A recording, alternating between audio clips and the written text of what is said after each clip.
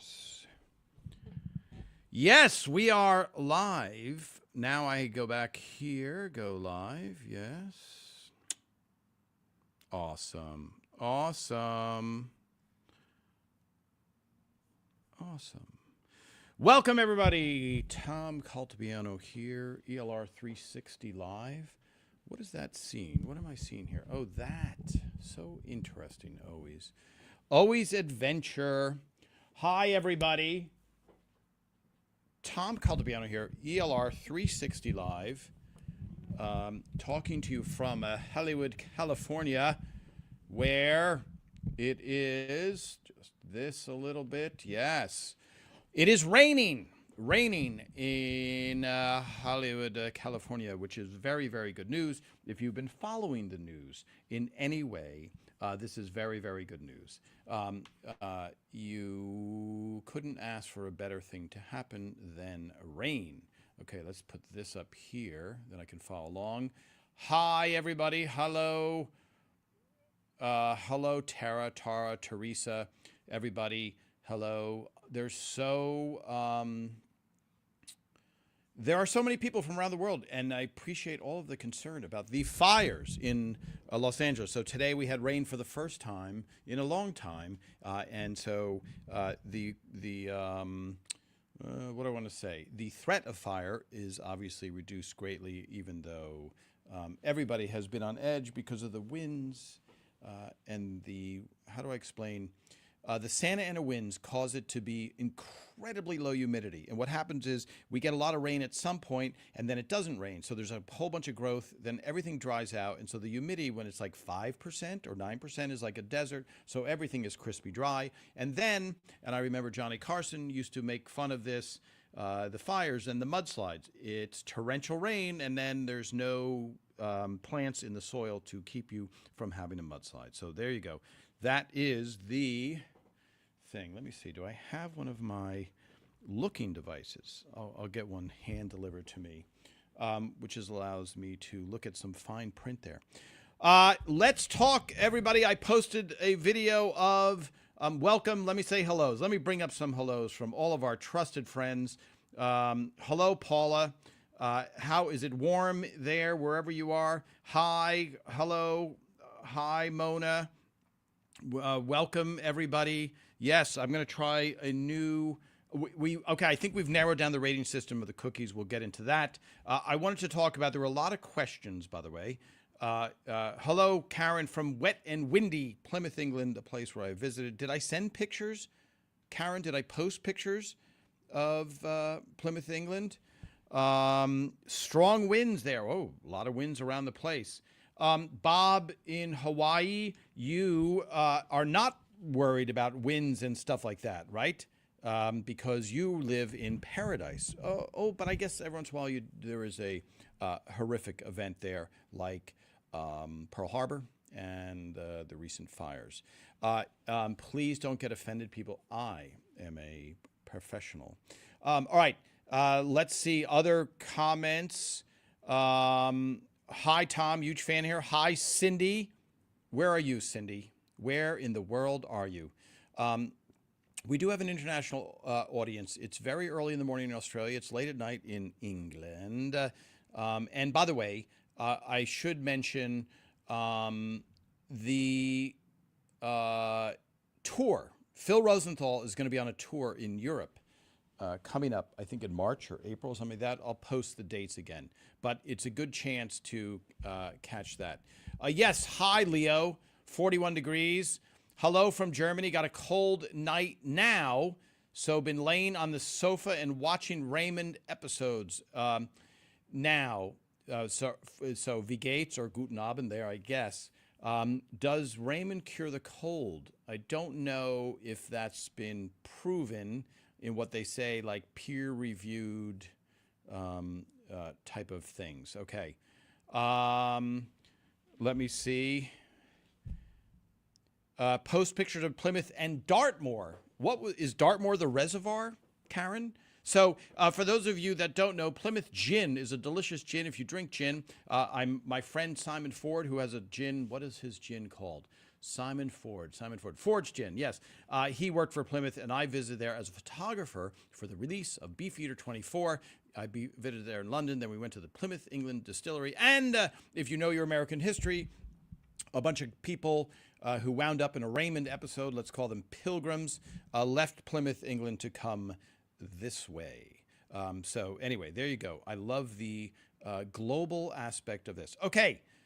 Let's talk about, there was a lot of questions. We have a lot of new followers. For those of you that have not seen the Lisa Kudrow, Ray Romano funny video at Warner Brothers, that has brought in, I'm going to say about 1,500 new followers, and it's growing quickly. And I will say, it's an odd thing because on some of the other Facebook pages I see, they have terrible posts.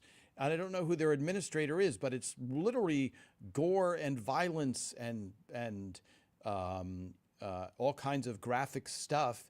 And here is, I'm the only home for somebody running an Everybody Loves Raymond site who worked on Everybody Loves Raymond for all 9 years. So we welcome all of the people. It's not like there's another, competing Everybody Loves Raymond site that is officially connected to the show. Now, with that, let me add this.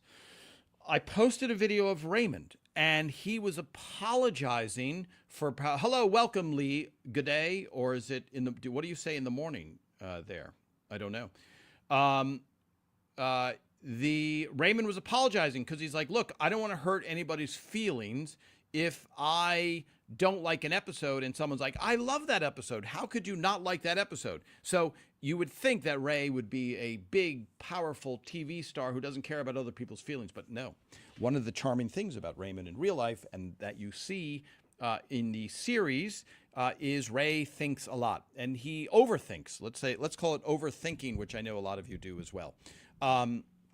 Because you are, what is the term? Human beings, yes. So Raymond, for him, and it also depends on the time in your life. So one of the things about Everybody Loves Raymond is you can watch it as a kid, you can watch it as a single person like Robert, you can watch it as a married person like Ray and Deborah, etc. So all your stages in life are covered by Everybody Loves Raymond. So for Ray, when he's making the episode and he's 37 and he's newly married, it's much different than, oh, I love getting spam calls. Hold on, I will take this. Hello, I'm kidding everybody, but it was a spam call. I always wonder who's on the other end of the, if I answer, what are they going to say to me that they're going to sell? Maybe I should have found out, full of regrets. So Raymond was recounting an episode, and when I said in that interview that Cruising with Marie was not our favorite episode, it was just a very specific episode. And if you're a mother, the idea of going on a cruise with your son, I think if you like your son, which I've read that some mothers like their sons, that's a dream come true. That is like, please, how do we make that happen in my lifetime? So Ray, who wanted to initially make the show a lot more about just hanging out and talking, which if you guys haven't had a chance to watch Men of a Certain Age, that's kind of more the show is. The volume seems low, people are saying. Okay, hold on. That's about as loud as it can go. Does that feel better, everybody? Looking at my levels, is that better? Okay. So for the specific episodes, and because we have so many new audience members, I just wanted to go back and say, Raymond for a very long time couldn't watch the show, didn't want to watch the show. He lived the show. Every single minute is the show. And there's also a point in your career, and this is a good problem to have, when you're Gilligan from Gilligan's Island, and are you going to be Gilligan from Gilligan's Island for the rest of your career? Are you going to be able to break out? Could Robin Williams not be Mork from Ork? And for a lot of you are going, what is that? If you went back in time to, I don't know, I don't know when was Mork and Mindy on the air? If you look it up, if you're uncomfortably young, will he overcome that? And for most of you who go, did Robin Williams do a sitcom? Which speaks well for the same thing that Raymond has done, which is And a lot of people, I'm gonna reel off some things. A lot of people are like, has Raymond done anything since then? And you can say the same thing for Patricia Heaton and Brad Garrett and all these things. The amount of work that people are doing is astounding, but the amount of hit shows you're on is very small. It's just really hard to pull off. So Ray did Men of a Certain Age, which was a Peabody Award-winning show. He did the TV series Parenthood. He did a HBO starred in it, directed by a guy named Marty Scorsese, or Martin to some people, called Vinyl. Then he did his own movie, Somewhere, this is not in chronological order, Somewhere in Queens, that he wrote and directed with Mark Stegman. He did The Irishman. All of these, he did all of the Ice Age, thank you, Lee, all of the Ice Age movies. All of that stuff he was doing. And so eventually, and now the hit show on Netflix, No Good Deed. But having said that, for the most part, people know him as Ray. And a lot of people who's, you have your relatives who are saying, and it's a normal question, did Ray Romano ever do anything after Everybody Loves Raymond? And so there you go. But sorry, going back, my jumping off point for that was Ray didn't want to watch the show at first. And then once he had gotten all the stuff under the belt just recently, he said, Tom, I'm going to start rating the shows. And they started watching random shows, and I would get random texts from Ray. The Checkbook, really good. This one, not as bad as I thought. Now, Ray skews towards being very critical of everything that he does. And so I think it wasn't maybe when we won our first Emmy as the best sitcom, he accepted that maybe it was a good show. So that is more his default position. So when you hear him talking about ranking shows, and he's very nice and apologetic, he's talking to you, the fans, and saying, don't get mad at me if you don't like the show. And that's what we were making fun of. Okay. That is really keeping you up to date. I've brought you up to speed. Let's say hello to some of the people here. Yes, look at all these great people. Yes. Okay. Lynn. Hi, Lynn. You watch Good Deed. So No Good Deed is on Netflix, and it is a lot of swearing, and it's a completely different thing than Everybody Loves Raymond. So a lot of people are going to be turned off by it. But in the movie, I'm just relating now this to Ray, in this series, Vinyl was about the history of rock and roll. And in The Irishman, it was mobsters. So there was a lot of swearing. So if you're expecting Raymond, and again, I know it all comes from love when people are like, I wish they would do more episodes, wish they've done more episodes of Mary Tyler Moore, or any show that you love. You don't want it to end. And so it comes from wanting the show to continue forever. And that show was a very clean, no swearing show because, of course, it was on network TV. Okay, let's look at a few. So what, by the way, we're going to talk. Let me take a little. What am I drinking here? This is. So that's my logo. That's a logo for the show, right? We like that. Hold on.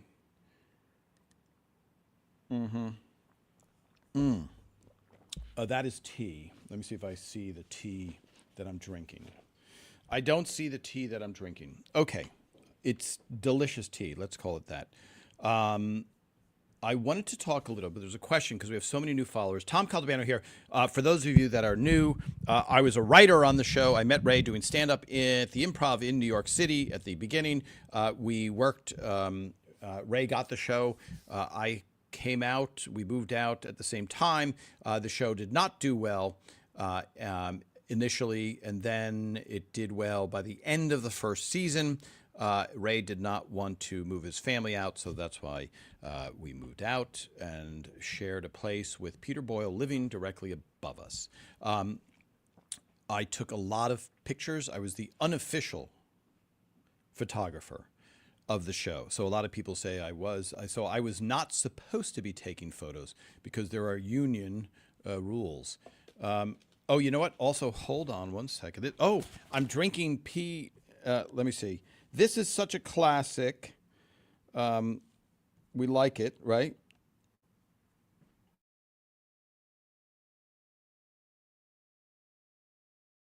All right, P&G tips. There we go. PG tips. Do you don't say P&G? Do you? That's would I be spotted as a spy if I said P&G tips? How do you say it, guys? Help me out. PG tips. Okay, so here's a question. Yes, Ray still does stand up though. Yes, Ray's first love is stand-up comedy. He does shows in Las Vegas. He does shows at the Comedy Cellar in New York. He does benefit shows for charity because Raymond is very charity-minded and a giver, etc. All right, I want to talk a little bit about characters because I see, and it drives me crazy, and it's a normal question, but I see people writing, hey, the father was based on Phil's father. The X was placed on this. All over the map, people speculating. I also just saw recently a post where it said, "This is Ray's wife," and it was Ray's daughter in the photo. And I thought, oh, I guess that's an insult of somebody. Maybe, I don't know, or is it a compliment? Who knows? The initial genesis of the show was Ray doing stand-up comedy and trying to develop a show based on Ray Romano. He met Phil Rosenthal along with a bunch of other writers. He picked Phil Rosenthal second. And Phil Rosenthal as the second choice, which turned out to be a brilliant choice. Phil had parents of his own, and he told a lot of stories to Ray and marriage stories, etc. So they traded. So you're doing an artistic endeavor. So it's not completely, I think people are proud or people want to, it's not bragging rights, but there's when you're doing an artistic thing and when people say this happened in real life, but I bet you they embellished it. Yeah, because as I've said before many times, everybody, including celebrities, for the most part, their life is very banal and boring.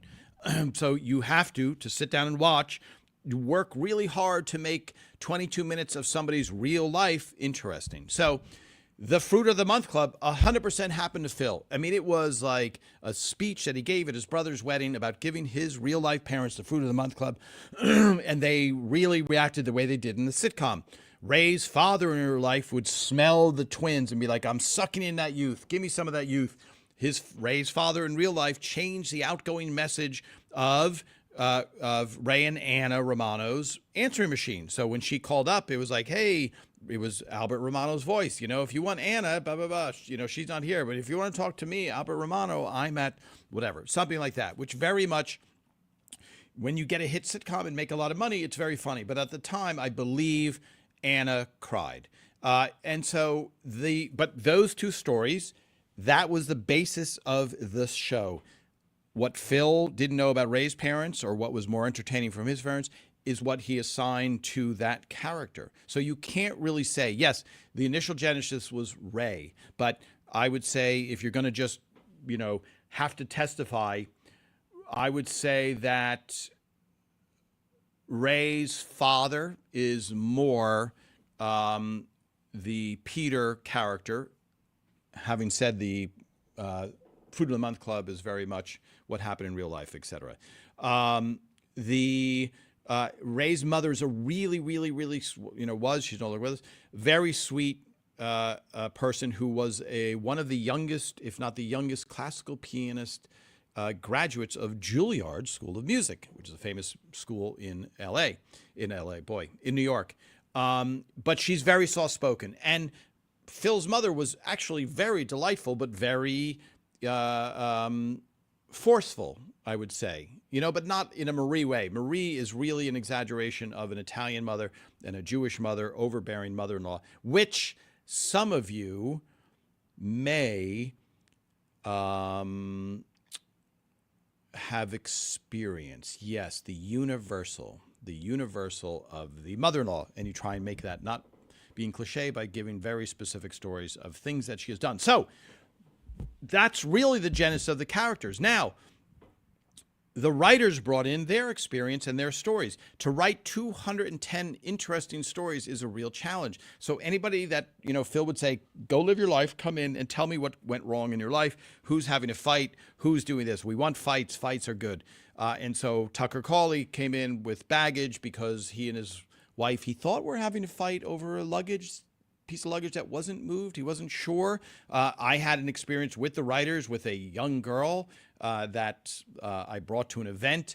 All of these type of experiences came into play to go into the story. So you have to adapt the character. You don't want to change the character, but what the character does is the genesis is a real life story. So for Phil, the toaster episode is 100% what his parents did. I mean, it's literally them. And so they're behaving in that way. Ray's mother, the piano teacher, that the Mozart episode, that was, I think Phil wrote that episode, but, and I think I have a picture. Do I have the picture handy? Or no, I may have to post it. By the way, a couple of you have asked about I bake bread every day since 2007. And I started in 2001. And here is the loaf that I baked today. So, okay, people, feast your eyes on that. Okay, this is called bragging. So that is a sourdough bread with everything bagel topping. I wish I could share a piece with all of you. I would cut a piece, hand you a little bit of the bread.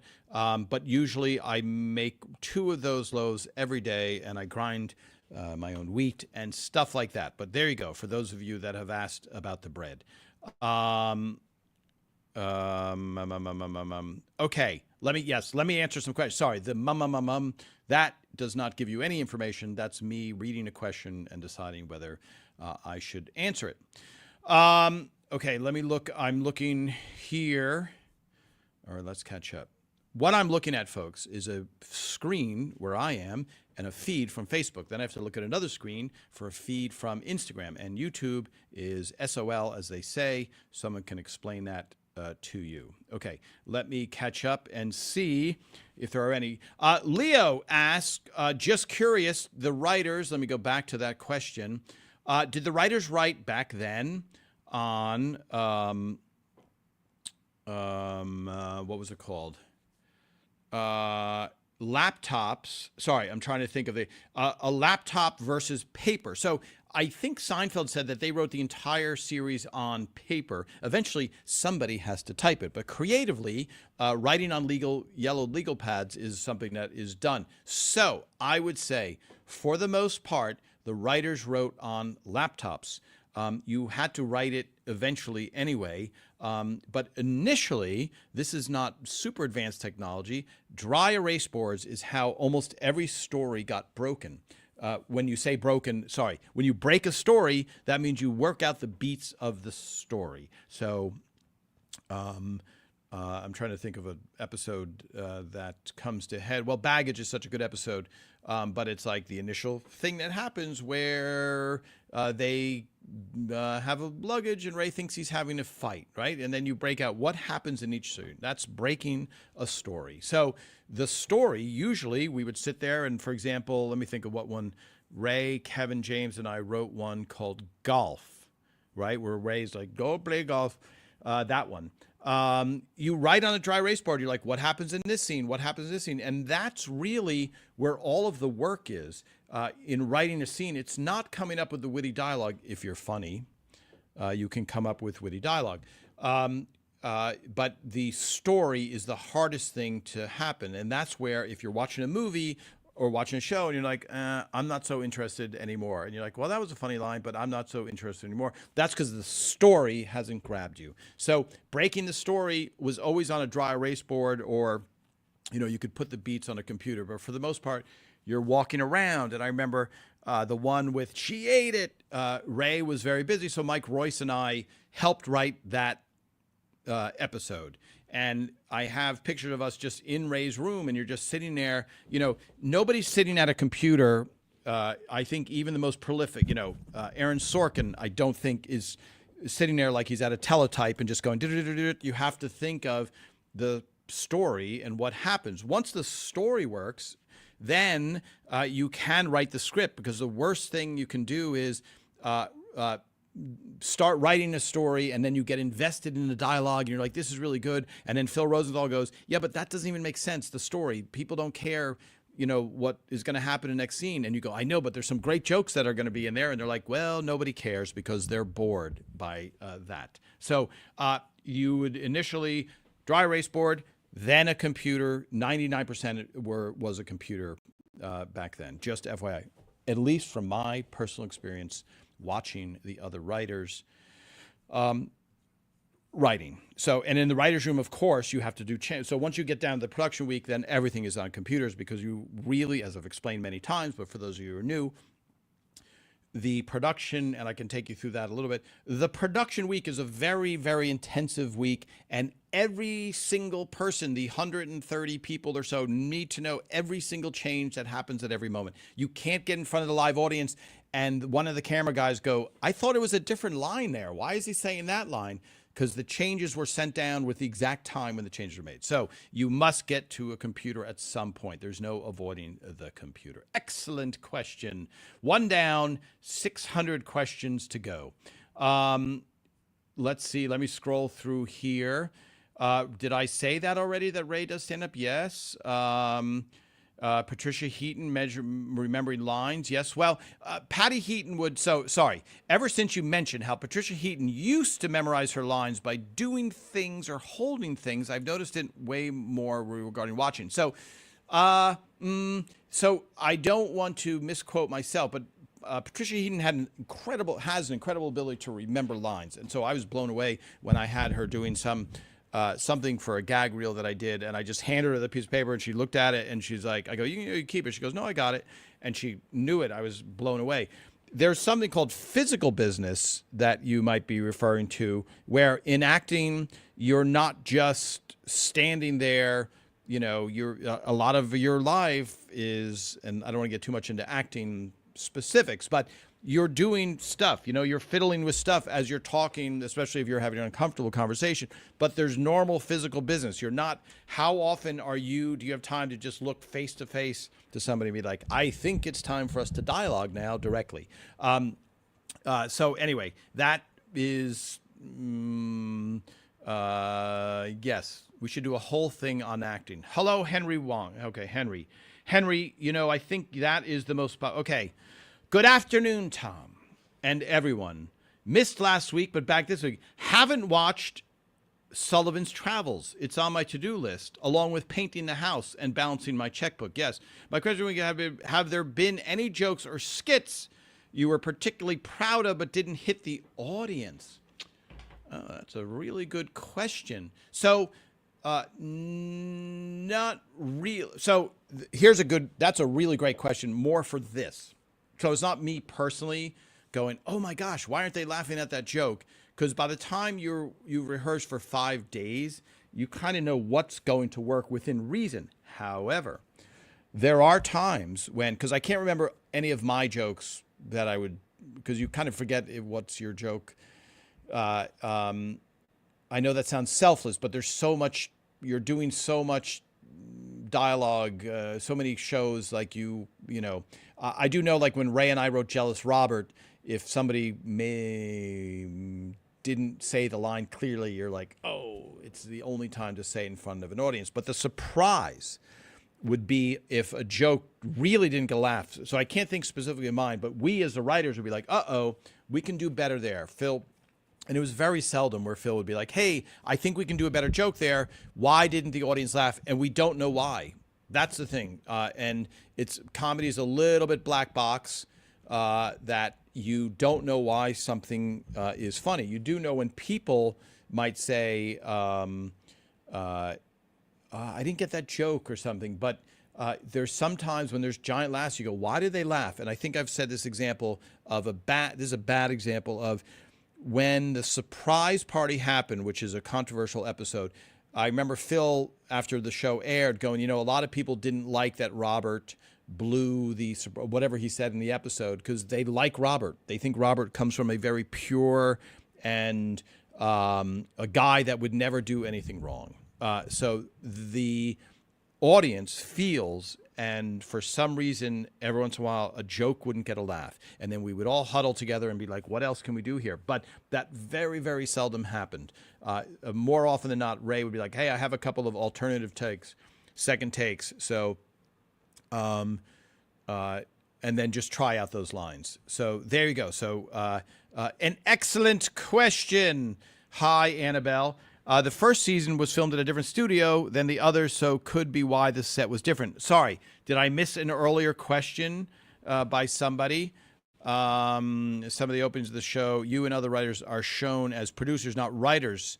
Yeah, so that's a very common and very confusing thing in Hollywood always. So you're always a writer if you're a writer. So there's levels that you are as a writer. So you start off as a staff writer and you don't get a credit, bizarrely, as a staff writer. And then there's different levels, but they're called producers. So that has to do with the Writers Guild. So it gets very boring, but you'll see it's, I don't know the titles.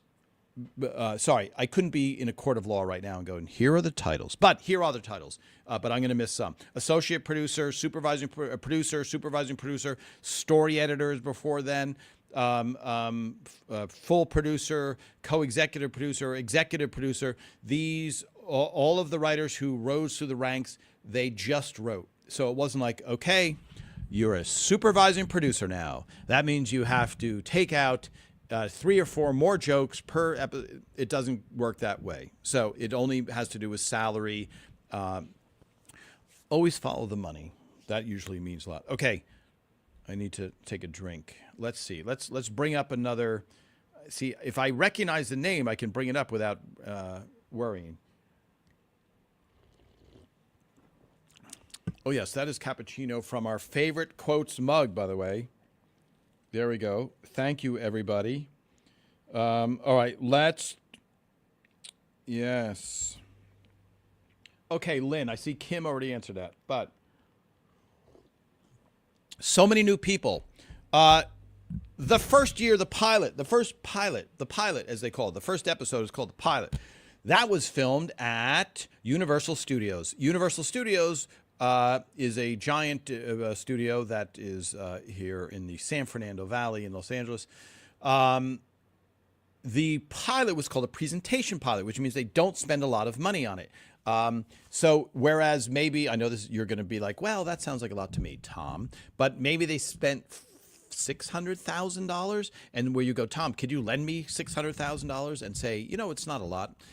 But a normal pilot might cost 1.2 million or 1 million. So what does that mean? That means, hey, people that are trying to make this pilot, cut costs any way you can. I mean, the kitchen can't be, I mean, all of these things. So there's no big planning where Phil goes, I'd like the kitchen to have this, and I really would like this. There's more like, okay, how do we get it done?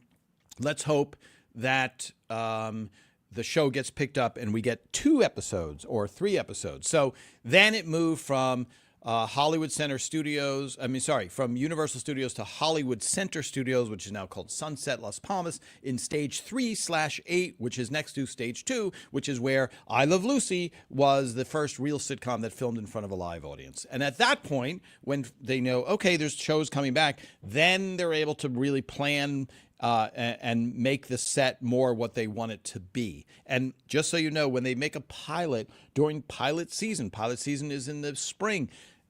Every single, they're shooting pilot after pilot after pilot. So everybody's scrambling for stage and sets and all of this stuff. And all of the actors are going there for the same parts. So it's not the ideal situation for making the show that you want to make forever. I'm sure you applies if you look at Seinfeld or any of those other shows, the same thing would apply. So,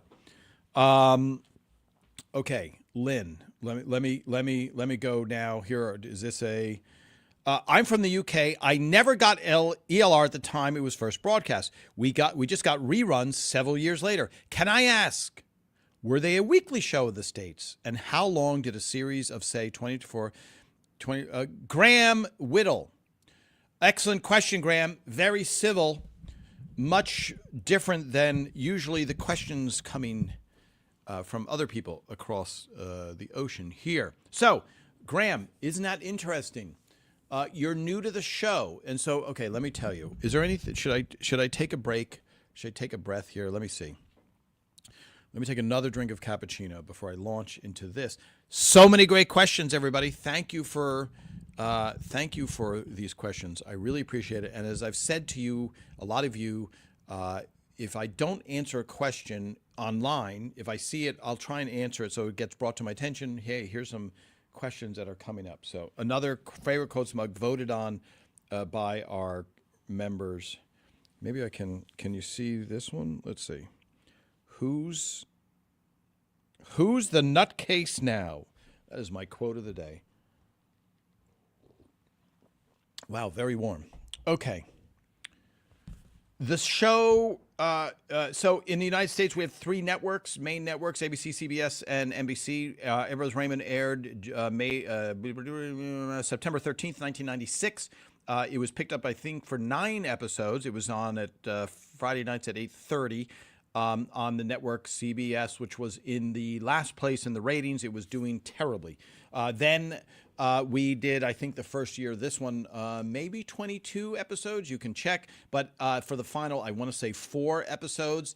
The show was moved from Friday night at 8:30 to Monday nights at 9, I think it was. That's where it ended up being. And the ratings doubled, I say, from the time it was on Friday night to Monday night. So when they would say in network TV, they gave us a bad time slot. I really think we made a great show, but they gave us a bad time slot. That, you see the difference, the time slot.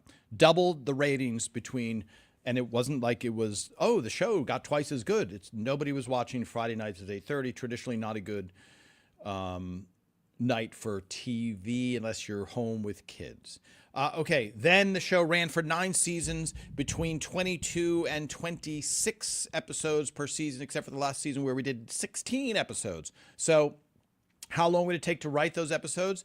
It would take, so you can't, can you generalize? Yes.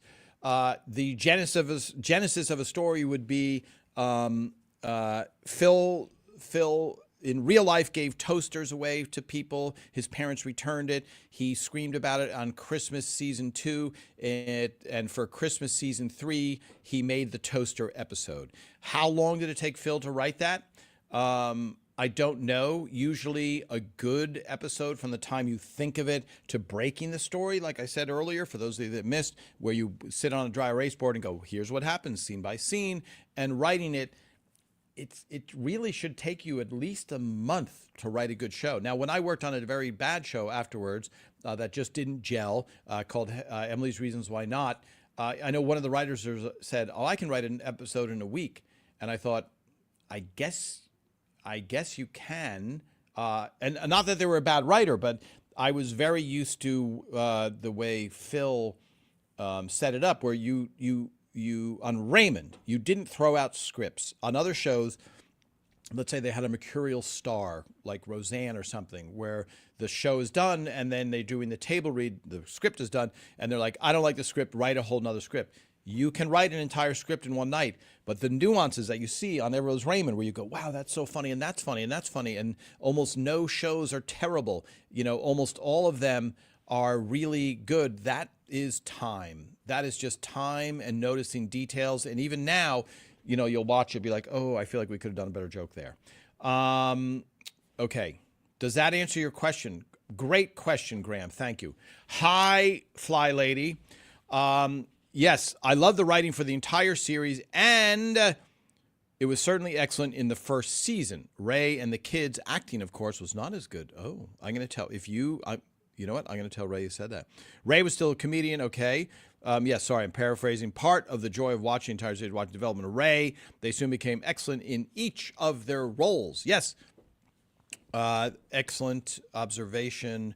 True, Ray became better as the show went on, without a doubt.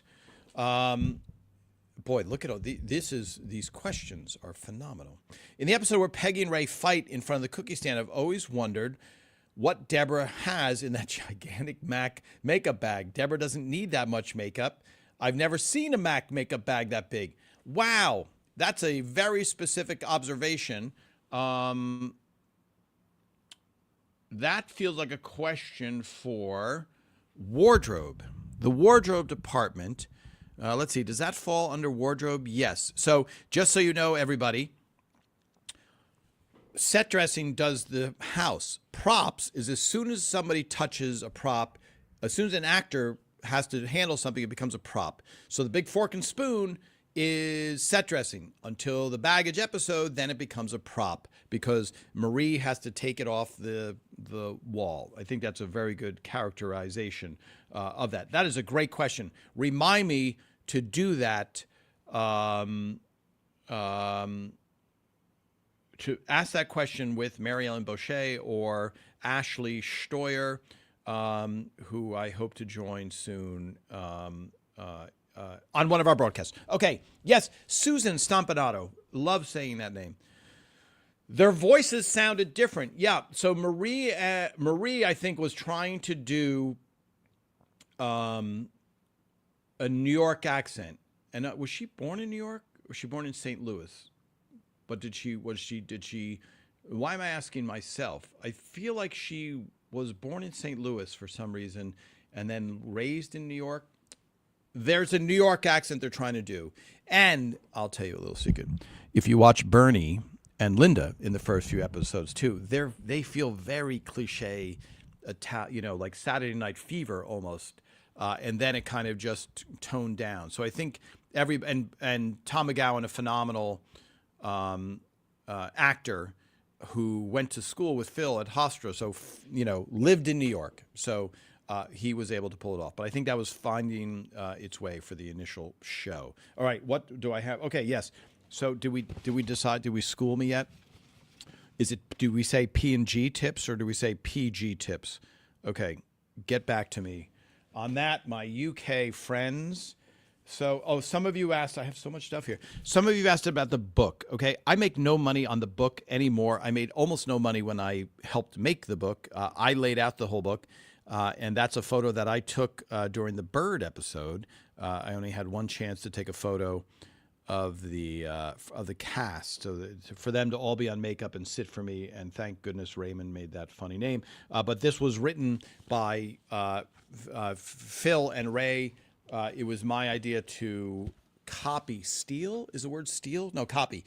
Herman Leonard, famous jazz photographer, he had a book where he would just write handwritten captions under the book. So I said, let's do that. And Simon Schuster said, you can't do that. It's not a good idea. And Phil, thank God, said, yeah, let's do that. So that's what's inside the book. Ray and Phil sat there. Hold on. Sorry. This is like working backwards in a mirror.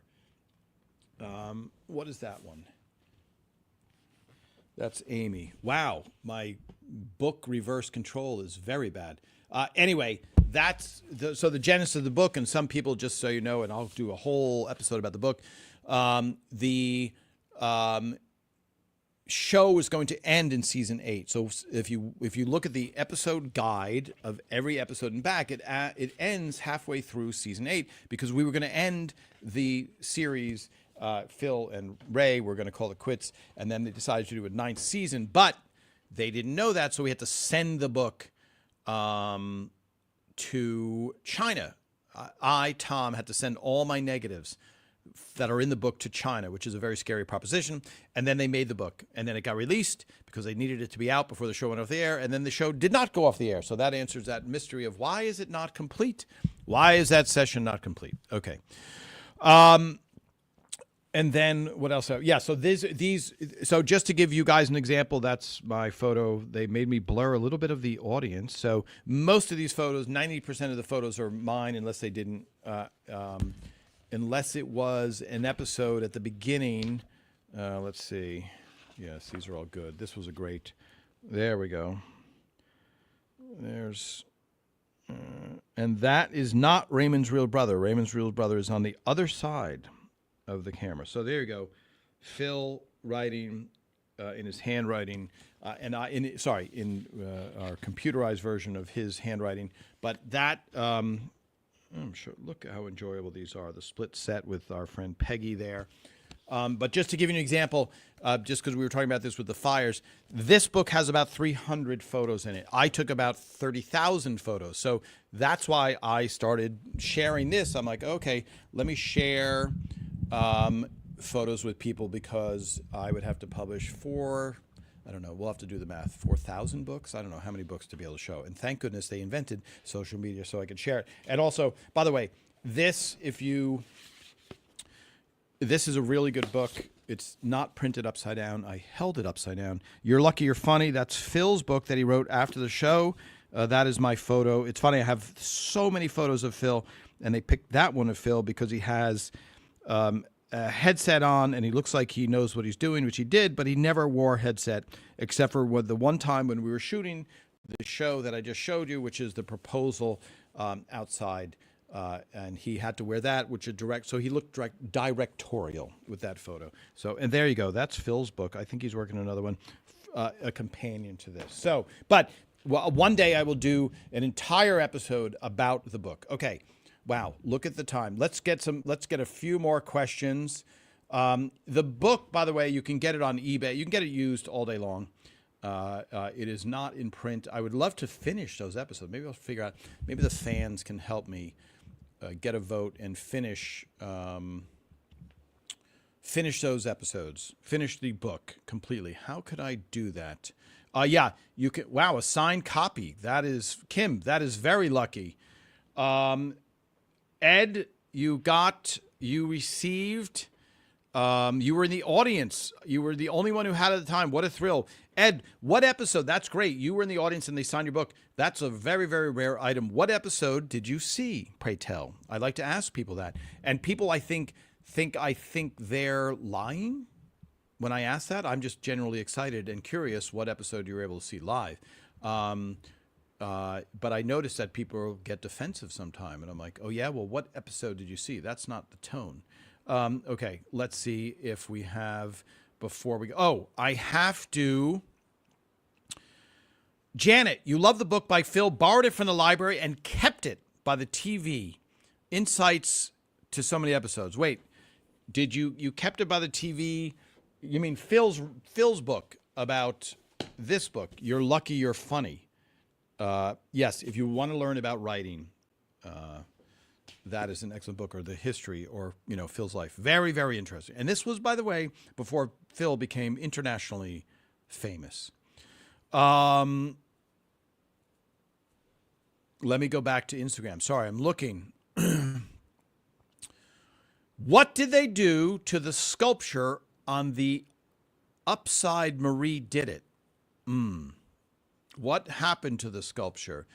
Doris Roberts had one of the sculptures, and I think it was sold at auction. And I don't know if Donna Stamps, who was set dressing, I don't know where the other sculpture is. Interesting. It was, yes. Hi, Gary. Let me go for more tea. Here we go. This is, as we know, the most useful phrase in a sitcom, the ass and seat mug.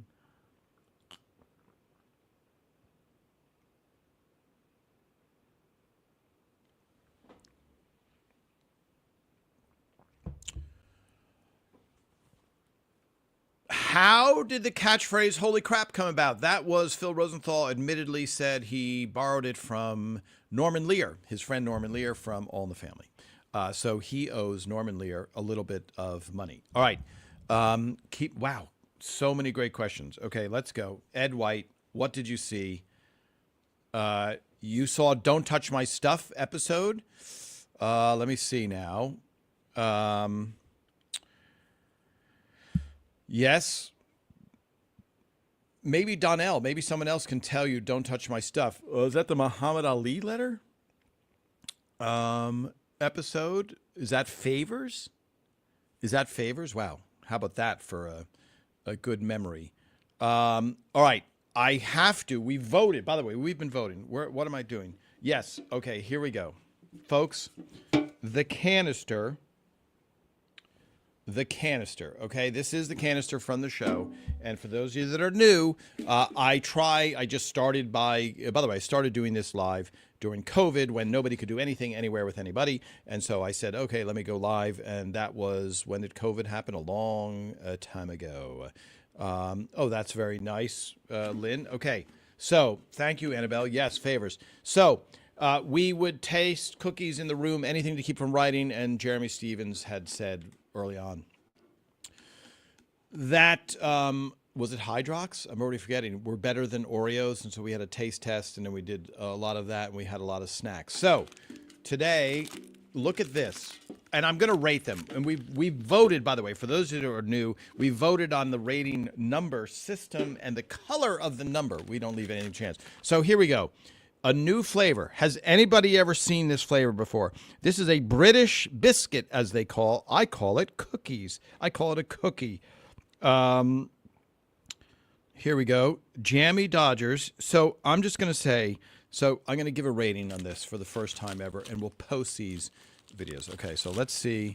Open up. For those of you that are American or in, I don't know, the former Yugoslavia.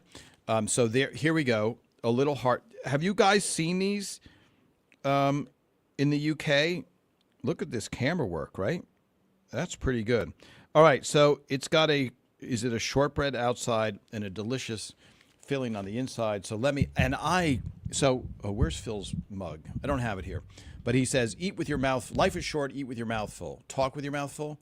I'll bring it up online. Okay, here we go. Now,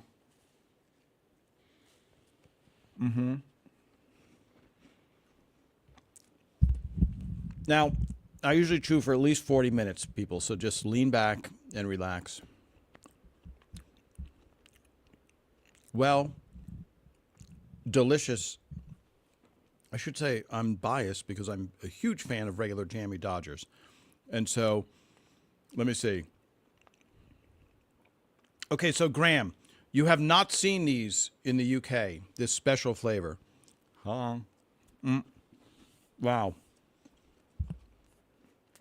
Whatever Apple can invent to keep Jammy Dodger crumbs out of my computer, that would be really helpful right about now. Okay.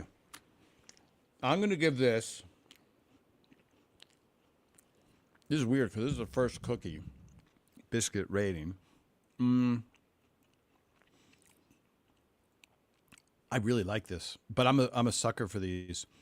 I'm going to give this a pretty high rating. I'm going to give this like an 8.1 on the canister scale. An 8.1, that's high. That's really high. So we're going to have to see and I can always taste it. So yes, the Jammy Dodger apple and what is it called? Apple and black currant. By the way, black currant, cookie down. Okay, I'll eat that later when nobody's looking. Black currant. So I'm trying to share this, folks, because everybody can afford a cookie, I hope. And I understand that medically proven to make you smile. Okay, so let me wow, I'm covered with crumbs. All right, final questions, everybody, before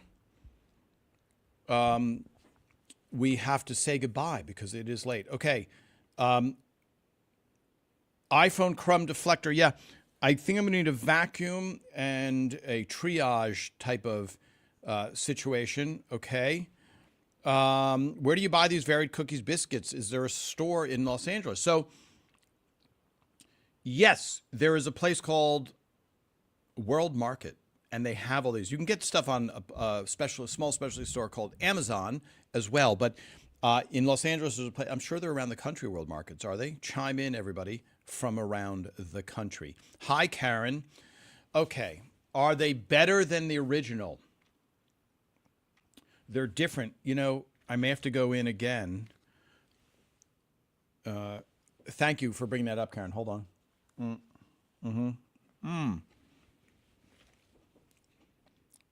It's weird because probably 40 years ago, when people said, why would anyone want to watch somebody eating? And now there's a million shows of people eating, watching people eat.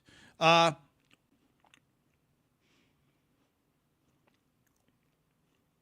not going to say better than the original. And the original is what? Strawberry?